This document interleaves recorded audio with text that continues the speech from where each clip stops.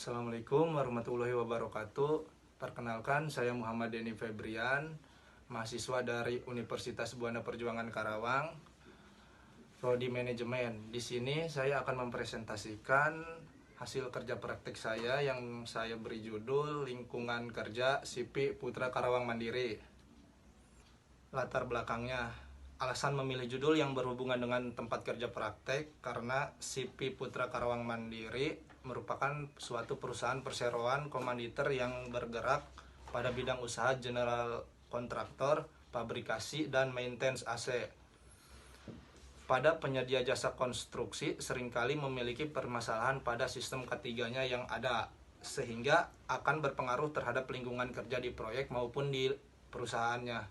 Oleh sebab itu, penulis tertarik untuk memilih sebagai judul.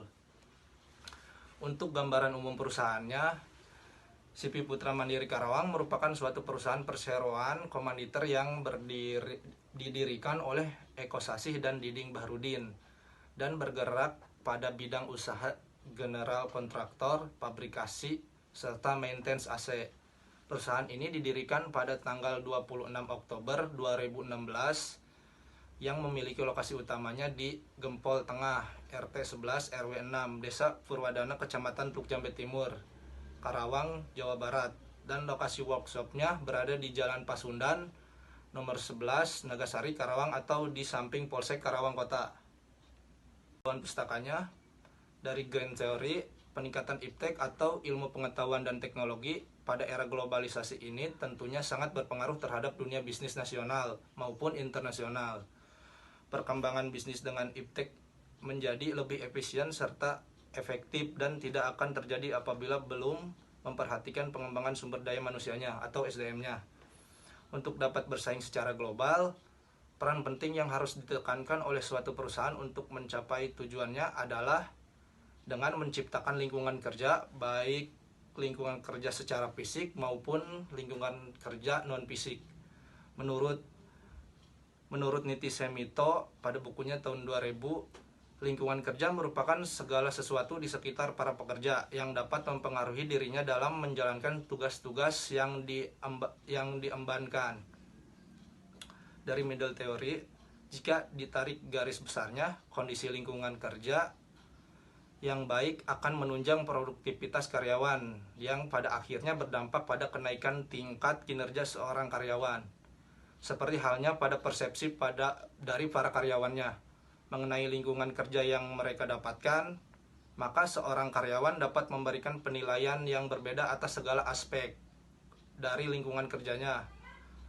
Apabila persepsi yang ditunjukkan karyawan itu baik maka akan mempengaruhi kinerja karyawan itu baik pula, karena dapat membuat para karyawan lebih merasa nyaman dan menyenangkan dengan keadaan lingkungan kerja yang baik. Sedangkan apabila persepsi yang ditunjukkan karyawan buruk, maka kinerja dari karyawan tersebut juga akan berkurang. Range teorinya menurut Sadarmayanti dalam bukunya tahun 2001, lingkungan kerja dapat dibagi menjadi dua, yaitu lingkungan kerja fisik dan non-fisik. Lingkungan kerja fisik contohnya adalah penerangan, warna dinding, sirkulasi udara, musik, kebersihan, serta keamanan. Sedangkan lingkungan kerja non-fisik seperti struktur tugas, desain pekerjaan, pola kerjasama, pola kepemimpinan, serta budaya organisasi. Pembagian mengenai lingkungan kerja tersebut tidak dapat dipisahkan satu sama lain. Keduanya harus saling seimbang karena baik lingkungan kerja fisik maupun non-fisik sama-sama akan mempengaruhi kinerja pada seseorang karyawan di suatu perusahaan. Untuk menyeimbangkan keduanya, diperlukan kesadaran pihak dari manajemen suatu perusahaan yang terkait. Oleh sebab itu, diperlukan lingkungan kerja yang kondusif untuk menunjang kinerja karyawannya dalam melaksanakan pekerjaannya, agar hasil yang diperoleh dapat tercapai secara optimal. Tujuan dan metodenya, yaitu tujuannya dari kerja praktik ini adalah untuk memahami serta menjelaskan lingkungan kerja pada SIPI Putra Karawang Mandiri, baik lingkungan kerja fisik maupun non-fisik, sebagai penunjang produktivitas karyawan yang pada akhirnya berdampak pada kenaikan tingkat kinerja seorang karyawan di perusahaan tersebut. Untuk metodenya, metode kerja praktik dilakukan secara praktik langsung di lapangan. Metode analisis yang digunakan adalah analisis deskriptif. Analisis deskriptif ini digunakan untuk mendeskripsikan karakteristik penelitian. Data diperoleh dengan melakukan wawancara bersama pimpinan perusahaan, praktik langsung, dan dengan para karyawan CP-nya.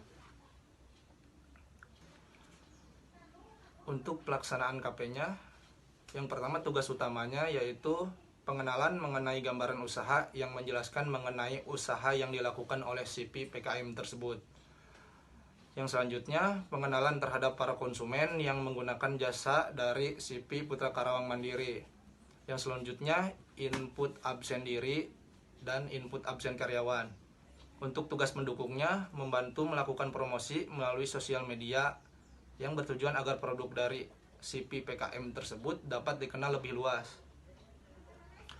Untuk permasalahan dan solusinya, yang pertama permasalahan yang sering dijumpai pada lingkungan kerja Putra Karawang Mandiri ketika pelaksanaan kerja praktik adalah adanya beberapa teknisi yang tidak menerapkan kesehatan dan keselamatan kerja atau K3, seperti tidak menggunakan APD yang lengkap, contohnya tidak menggunakan sepatu safety, tidak menggunakan rompi proyek ketika sedang bertugas atau bekerja, dan tidak menggunakan APD ketika melakukan pengelasan.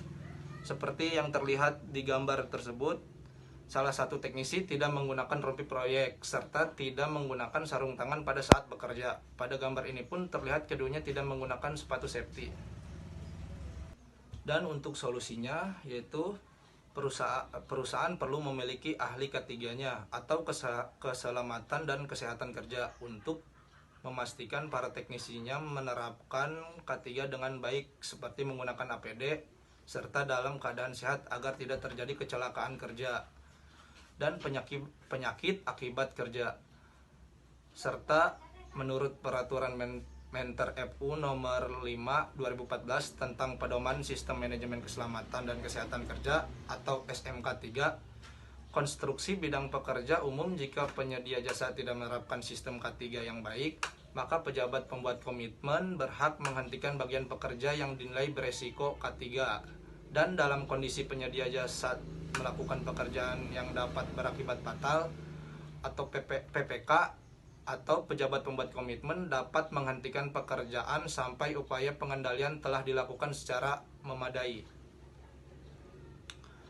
Dan kesimpulannya, dari hasil kegiatan praktik yang dilakukan di CP Putra Mandiri Karawang, dapat dilihat bahwa lingkungan kerja yang dinilai sudah cukup baik dan akan lebih baik lagi jika lingkungan kerjanya meliputi lingkungan kerja fisik dan non-fisik untuk ditingkatkan lagi, agar karyawan yang bekerja menjadi lebih semangat, karena mengingat bahwa lingkungan kerja merupakan pendorong atau sumber kualitas dari pekerjaan seorang karyawan.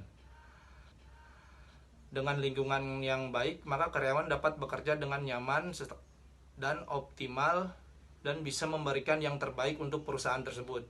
Selain itu, juga perusahaan harus lebih memperhatikan lingkungan kerjanya pada penerapan K3, sebab keselamatan karyawan adalah tanggung jawab perusahaan. Sarannya yaitu perusahaan perlu memiliki ahli K3 yang terampil agar pada pelaksanaan tetap memenuhi aturan dengan menggunakan alat pelindung diri yang dianjurkan serta melindungi para pekerja dari kecelakaan kerja. Selain perusahaan perlu menerapkan sistem K3-nya, perusahaan pun perlu memberikan kompensasi perlindungan kesehatan kepada karyawannya. Melihat bahwa pekerjaan-pekerjaan yang dilakukan oleh penyedia jasa perusahaan ini dapat beresiko tinggi jika tidak memperhatikan lingkungan kerja dan keselamatan kerja, serta keselamatan teknisi juga karyawannya. Untuk lampirannya di sini ada foto kegiatannya, bisa dilihat. Sekian dan terima kasih. Wassalamualaikum warahmatullahi wabarakatuh.